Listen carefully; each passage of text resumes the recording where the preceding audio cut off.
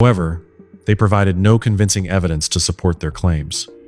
At the same time, there was evidence that the relationship between grandmother and granddaughter had genuinely deteriorated over time. Tara, who had once been a shy but friendly girl, became increasingly distant from her family after entering high school and began arguing with Tammy more often.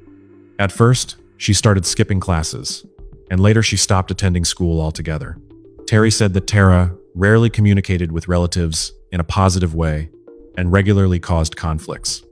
The real problems began after she started dating her new boyfriend. Tammy welcomed Uriah into her home. Relatives remembered that her house had always been a place filled with love and support, where everyone felt safe. In the months before Tammy's death, Uriah began spending more and more time there. Tammy established certain rules for their visits and introduced a curfew, after which Uriah was expected to return home. But it appeared the teenagers did not always follow those rules, and they became increasingly angry that Tammy insisted they be respected. After Rigo drove them away, Tara and Uriah spent 2 nights in the spare room of Christian's apartment.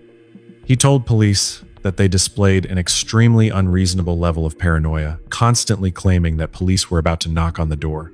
At Tara and Uriah's request, Christian drove them to a local Walmart, where they bought several boxes of hair dye. Then, on February 7th, the same day Tammy's body was discovered, Christian returned from work and found that the couple had disappeared. They left their dog Salem with neighbors, but that was not the only thing they abandoned. When investigators later tracked down the house and searched the room where Tara and Uriah had been staying, they saw almost the same scene as in Tara's bedroom at her grandmother's house.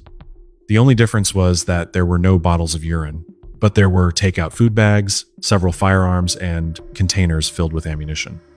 Among the trash, they found a medication bottle with a torn label that partially showed Tammy's name. The bathroom was also in complete disarray. This was where the couple had cut and dyed their hair, likely trying to change their appearance before fleeing. 3 days later, Tara King and Uriah Urick were arrested at a Dollar General store in Laredo, Texas, more than 5 hours south of Galveston County, near the Mexican border.